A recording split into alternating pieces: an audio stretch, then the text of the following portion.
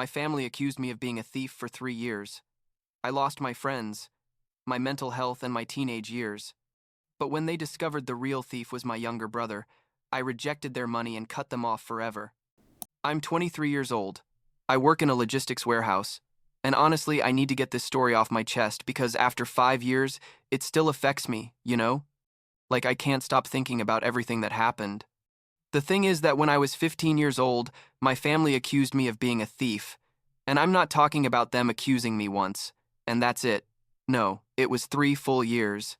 3 years of my life where they basically treated me like I was a criminal, and everything, absolutely everything, turned out to be a lie because the real thief was my younger brother the whole time. I guess I should start from the beginning, right?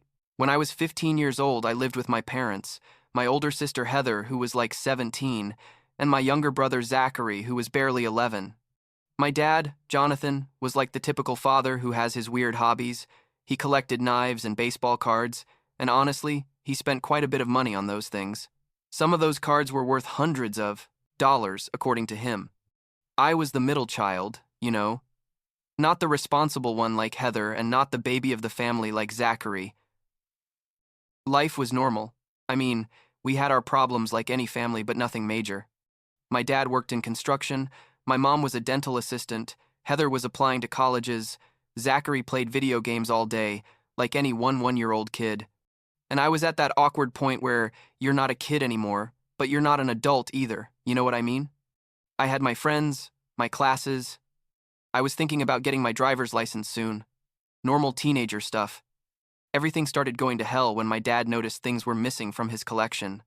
First, it was a knife, a kind of fancy one that had something engraved on the blade. I don't remember exactly what it was, but I know my dad had bought it at a convention or something. He asked at dinner if anyone had seen it, like casual at first, and we all said no.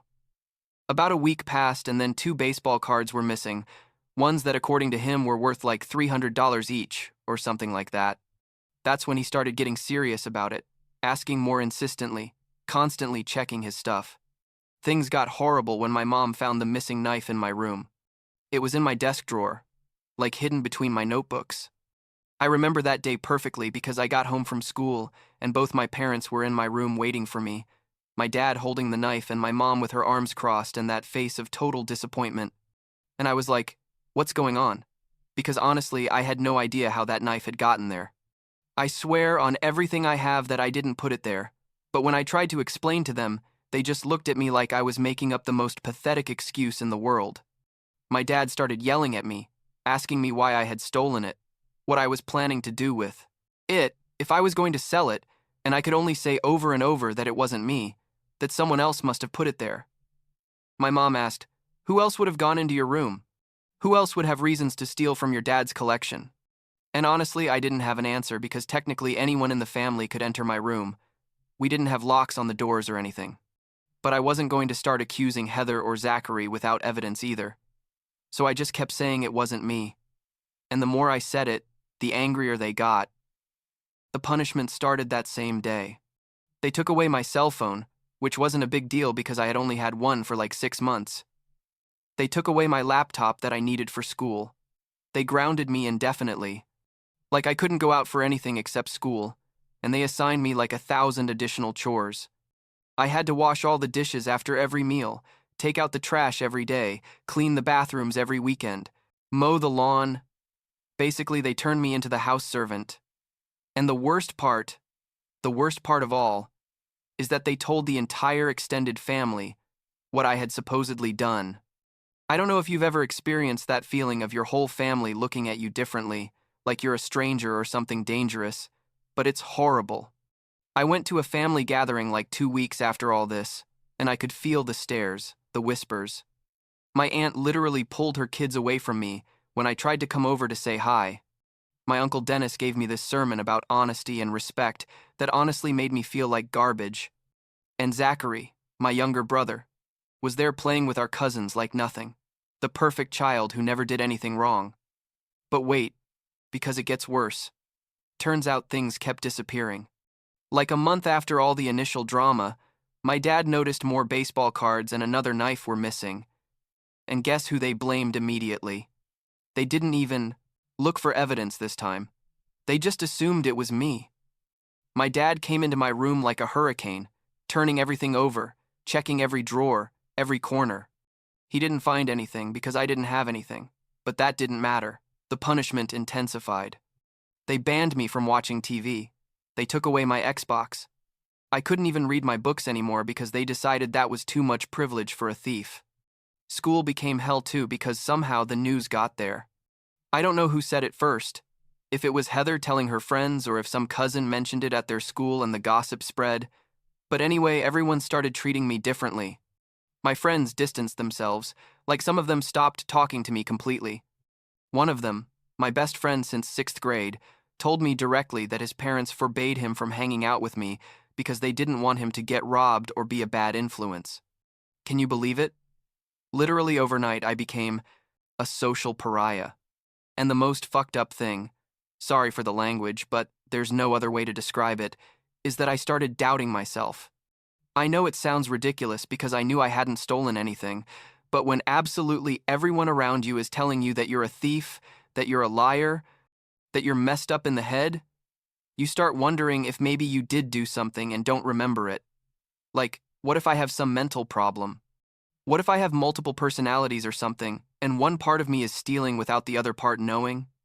I know that sounds super dramatic, but I literally spent sleepless nights wondering if I was crazy.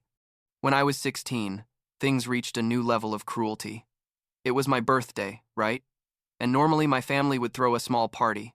Nothing big, but at least a special dinner and a cake. Well, that year my parents decided to cancel everything. My mom told me on my birthday, while I was eating cereal alone in the kitchen, that I didn't deserve celebration because thieves don't deserve rewards. Literally, she told me. Like that, like super cold. And then she added that they also weren't going to take me to get my driver's license like they had promised, that was another privilege I would have to earn when I stopped stealing and started being honest. That day I cried. I'm not going to deny it. I locked myself in my room, which by that point had almost nothing in it because they had taken everything away from me, and I cried like I hadn't cried in years.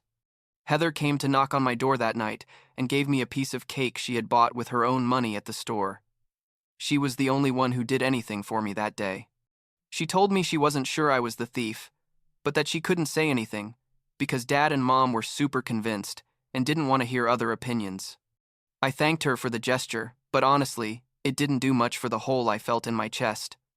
The next 2 years were, basically, more of the same but intensified. Every time something was missing, it was automatically my fault. Money disappeared from Mom's wallet. I stole it. A tool was missing from Dad's garage. Obviously, it was me. Zachary's headphones got lost. Well, of course the family thief has them. They never found any evidence that I had these things. They never caught me selling them or using them. But that didn't matter. The narrative was already established.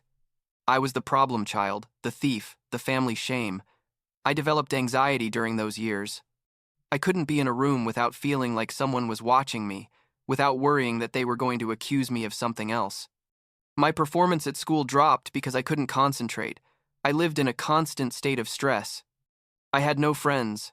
I had no social life. I had nothing except the constant accusations and endless punishments.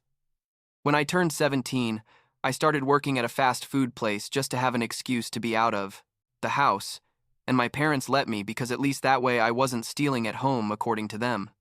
The day I turned 18 was the best day of my life back then, because it meant I could leave legally and nobody could stop me.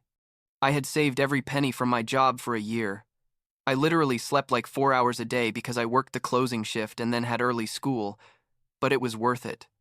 The day after my birthday, as soon as classes ended, I went to the apartment I had found, a super small and kind of ugly studio, but it was mine, signed the contract, and that same afternoon, I packed my few belongings while my parents were at work. I left them a note that just said, "I'm leaving. I'm not coming back. Don't look for me." And I left. I blocked their numbers. I blocked all the relatives. I blocked everything that had to do with that part of my life. Heather was the only one I gave my new number to because she had been the only one who didn't treat me like complete garbage during those shitty years. She went off to college anyway, so it's not like we had much contact, but at least I knew there was one person in my family who didn't think I was a criminal. 5 years passed. 5 full years. Without talking to my parents or Zachary. 5 years building my life from scratch, going to therapy to deal with all the trauma because, yes, it turned out I developed PTSD from that whole experience. Thanks, Doc, for finally giving a name to what I was feeling. Working at the warehouse, paying my rent, being a functional adult, and definitely not being a thief. And honestly, I was okay with never seeing them again. I had made peace with the fact that my family had destroyed me emotionally and that the best thing was to keep them out of my life forever. And then my mom called me. It was like 9 p.m. on a Wednesday out of nowhere. I saw her number, which she didn't have blocked anymore because I had changed phones like 3 times since I left and never bothered to block it again. And for some reason, I decided to answer. Maybe it was curiosity. I don't know. She started with a super awkward, "Hi, son, it's Mom," like she needed to introduce herself after 5 years. And then she tells me she needs to tell me something important, that things have been happening at the house. Turns out, and this is what made me laugh at how ironic it was, turns out things were disappearing from the house again. Money from my parents' emergency fund, some of Mom's jewelry, more stuff from Dad's collection, and wow, guess what? I wasn't there to blame this time. Incredible, right? So my parents, in their infinite wisdom that arrived like 5 years late, decided to install security cameras in the house, and they caught Zachary. My younger brother, the golden child, the one who never did anything wrong, the one who was innocently playing video games while I was being crucified for years, turns out he was the thief the whole time. The cameras clearly showed him entering my parents' room, opening the safe. Apparently he had figured out the combination years ago, and taking money. When my parents confronted him with the video, he confessed everything. Everything. The baseball cards he sold on eBay when he was 11, the knives he traded at school for video games, the money he stole dozens of times, everything. My mom told me this over the phone like she expected me to say, "Oh, wow, what a surprise." But honestly, I just stayed silent processing it. She kept talking, saying they were so sorry, that they were wrong, that they wanted to make it up to me somehow. She invited me to her birthday party that was going to be that weekend, said it would be a good opportunity to reconnect as a family, and that Dad also wanted to talk to me and apologize. I don't know why I said yes. I think part of me needed to hear the apology in person, needed to see them admit that they had destroyed 3 years of my life for nothing. So I went to that birthday dinner. I dressed semi-decent. I bought a generic gift from a store, a scented candle or something, and I drove to the house where I had lived my personal hell. The dinner was awkward from the start. My parents were there, Heather with her boyfriend, Zachary, who was now like 18 years old and couldn't even look me in the eye, and several aunts, uncles, and cousins. Everyone looked at me like I was a ghost. My dad shook my hand like super formal and said, "I'm glad you came." And my mom hugged me, but it was one of those hugs that feel empty, you know? Everything was going relatively well. I mean, everyone was kind of quiet and weird, but at least there was no drama. Until my cousin Kimberly, Uncle Dennis's daughter, decided to make a comment. We were eating dessert when she says, like laughing, "Hey, make sure to count the silverware before he leaves," pointing at me with her head. There was a horrible silence for a few seconds, and then she added, "It was a joke. We know now the thief is Zachary," but she was still laughing like it was super funny. Something broke inside me in that moment. I put my fork on the table, like very calmly. I wiped my mouth with the napkin, and I looked directly at Kimberly and told her, "You know what, Kimberly? And you guys too," looking at my parents. I stood up from the table and said, "I spent 3 years of my life being treated like garbage by this whole family. 3 years being accused of things I didn't do. I lost my friends, my adolescence, my mental health, everything, because none of you bothered to verify the facts, and now you want me to come back like nothing happened? You throw a dinner and everything's fine? It doesn't work like that." My dad stood up too and tried to calm me down, saying he understood I was angry, but that it was Mom's birthday, and it wasn't the time to make a scene. And I told him, "It's not the time? When is the time, Dad? When was the appropriate moment to tell me you believed me? When was the moment to doubt, even a little bit, that I was the culprit?" Never. That's the moment you chose. I told him I had left that house at 18, thinking my family hated me, that I had spent 5 years in therapy trying to rebuild myself, and that an apology and a dinner weren't going to fix any of that. I left there walking through everyone who stayed like frozen in shock. My dad followed me to the car and tried to stop me. He told me to please wait, that we could talk calmly.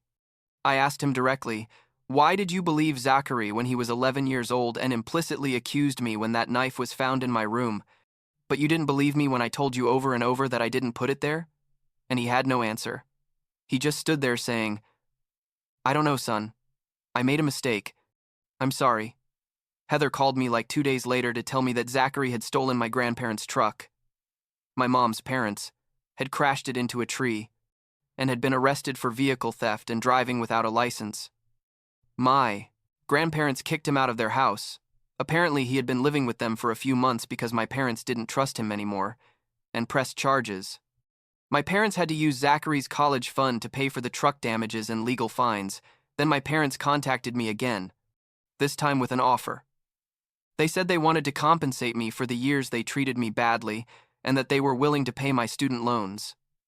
I have like $15,000 in debt from a year of community college I did, and buy me a car. Like they thought with money, they were going to fix everything. I told them I didn't want their money, that they couldn't buy forgiveness, and that what I really needed was for them to admit in front of the entire extended family that they had been wrong, that they owed me a public apology, not just in private. My mom said that would be very humiliating for them, and that it wasn't necessary to air the family's dirty laundry publicly. And that's when I understood they really didn't get it.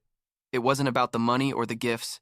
It was about acknowledging the damage they had done to me, about validating that my pain was real and justified. But for them, their pride and their image were more important than my healing.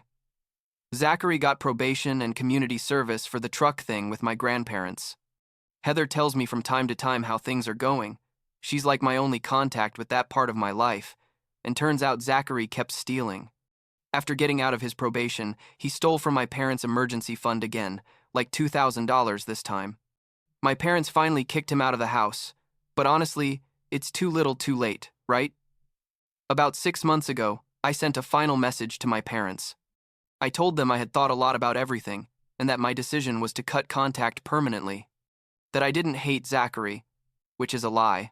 I do hate him, but that I couldn't forgive them for choosing to believe in Opsa's one-year-old kid over their 5-year-old son who had never given them problems, for destroying my adolescence, for turning the whole family against me, for ruining my mental health. I told them I hope that with time they can live with the consequences of their decisions, but that those consequences won't include me. My mom responded with a long message about how parents make mistakes, and that someday, when I have my own kids, I'm going to understand.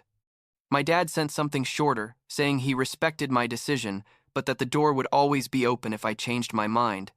I didn't respond to either of them. I blocked their numbers again, this time forever. Now I'm 23 years old, and my life is quiet. I work at my warehouse. I have an apartment that's small, but it's mine. I have some friends I made at work who don't know anything about all this family drama. And I'm still in therapy, because turns out 3 years of psychological abuse doesn't heal in 5 years, but I'm better. I no longer have anxiety attacks every time someone can't find something. I no longer blame myself when things go wrong. I no longer doubt my own sanity. Do I regret cutting contact? No. Does it hurt? Sometimes, especially on days like Christmas or my birthday, when I realize I don't have family to celebrate with. But I prefer the loneliness I chose over the hell I lived with them. Heather comes to visit me sometimes. We have coffee. She tells me how her life is going, and that's enough for me. She's the only one who earned the right to continue being part of my life, because she was the only one who treated me like a human when everyone else treated me like a criminal. Last week, I got a letter from my mom in the mail. I don't know how she got my current address, but whatever. I didn't open it. I put it in a drawer with other letters they've sent during these months. Maybe someday I'll have the emotional strength to read them, or maybe I'll just throw them in the trash. I still don't know. What I do know is that I deserve peace. I deserve not to live in constant defense against false accusations, and I deserve to have people in my life who believe me when I tell the truth. And if that means not having parents or a brother, well, that's how it'll be.